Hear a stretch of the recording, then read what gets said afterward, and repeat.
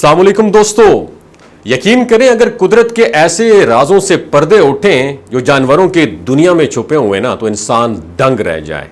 एक ऐसा जानवर जो सिर्फ जो है ना दूसरों का शिकार नहीं करता बल्कि इज्जत, गैरत, वफादारी और क़यादत की एक अजीम और जिंदा अलामत है। ये एक ऐसा दरिंदा है जिसकी आंखें जिन्नात को डायरेक्टली देख सकती हैं, जो गुलामी की जिंदगी को मौत पर तरजीह देता है, जो अपने नस्ल की तरबियत इस अंदाज से करता है कि बड़े बड़े इंसानी मुआशरे भी हैरत ज़दा रह जाएं। और यह है भेड़िया जिसकी हम बात कर रहे हैं।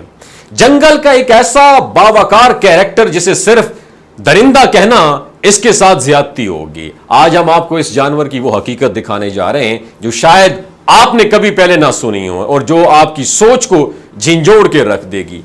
दोस्तों, भेड़िया बज़ाहिर एक खतरनाक दरिंदा लगता है, लेकिन हकीकत में यह जानवर फितरत के सबसे ज्यादा डिसिप्लिन, बावकार और असूल पसंद मखलूकात में इसका शुमार होता है। यह गोश्त खोर जानवर है, मगर मुर्दार खाना इसकी नेचर के बिल्कुल अगेंस्ट है।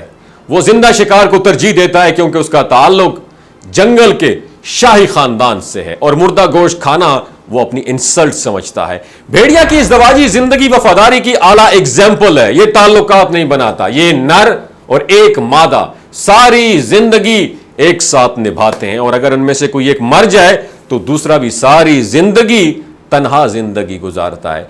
मोहब्बत और वफा का यह जज्बा बाज़ औक़ात इंसानों में भी कम देखने को मिलता है। एक हैरत अंगेज बात यह है कि जिन्नात भेड़िए को ना सिर्फ डायरेक्टली अपनी आंखों से देख सकता है बल्कि उन पर अटैक करके उनको हलाक भी कर सकता है। देहाती इलाकों में अब भी यह माना जाता है कि ये भेड़िए जहां पर मौजूद हो वहां जिन्नात अपना ठिकाना नहीं बना सकते। यही वजह है कि बाज़ इलाकों में घरों या देहात के करीब भेड़ियों की मौजूदगी को रूहानी तहफ़्फ़ुज़ के तौर पर भी देखा जाता है। भेड़िए की नींद का अंदाज भी बड़ा इंटरेस्टिंग है। ये एक आंख खुली रखकर सोता है ताकि आसपास के खतरात पर फोकस कर सके। फिर आधी नींद पूरी होने के बाद वो अपनी आंख बंद करके दूसरी आंख से नींद पूरी करता है।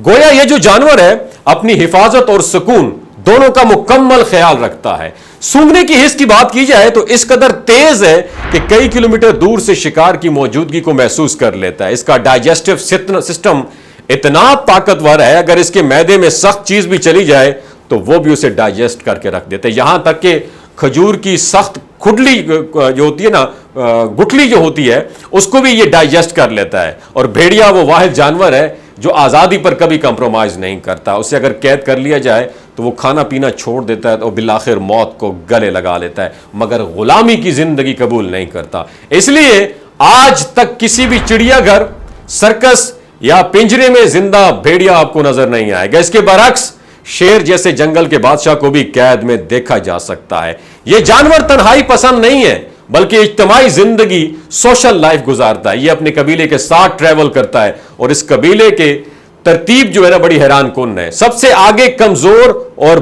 बूढ़े लोग चलते हैं, फिर ताकतवर जवान, दरमियान में बच्चे और आम भेड़िए चलते हैं और सबसे आखिर में कबीले का लीडर जो सबकी सुपरविजन करता है और हर किस्म के खतरे को पहले भांपने की सलाहियत रखता है।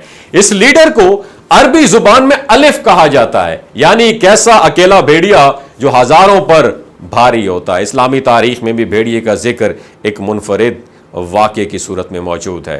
हजरत अबू हुरैरा रजी अल्लाह तआला अन्हु से रिवायत है कि एक चरवाहे की बकरी पर हमला करने वाले भेड़िए ने उससे मुखातिब होकर कहा, तूने मेरे रिस्क को छीना जो अल्लाह ने मुझे दिया था। चरवाहा हैरान हुआ कि एक जानवर इंसान से कैसे मुखातिब हो सकता है। इस वाक़े ने उसे हज़रत सल्लल्लाहु अलैहि वसल्लम की नबूवत की सच्चाई का यकीन दिलाया और वो इस्लाम ले आया।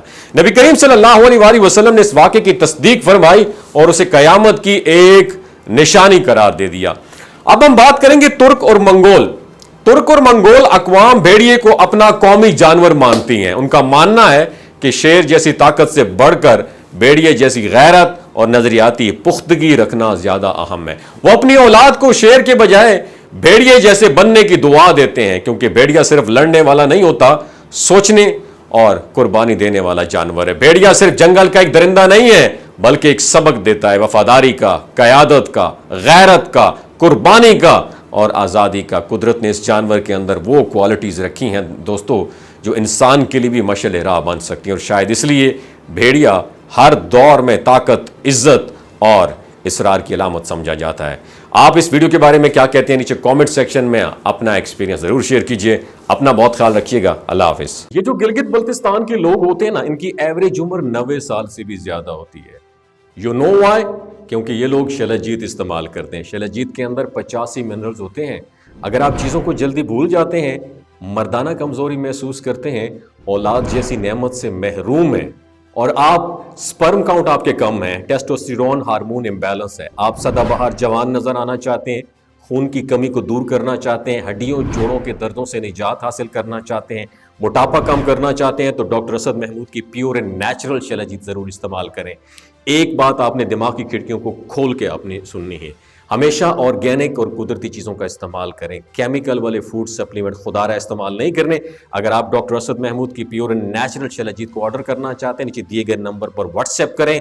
3 बातों का ख्याल रखना है: हाई ब्लड प्रेशर में मुब्तला अफराद, खवातीन जो प्रेग्नेंट हैं, और 15 से 20 साल की जो नौजवान नस्ल है जो गैर शादीशुदा हैं, अपने सेक्सुअल पावर को बूस्ट करने के लिए इस्तेमाल करना चाहते हैं, तो डॉक्टर की एडवाइस के बगैर इस्तेमाल ना करें। बाकी सारे लोग बेधड़क गर्मी और सर्दियों में इस्तेमाल कर सकते हैं। अपना बहुत ख्याल रखिएगा। अल्लाह हाफिज।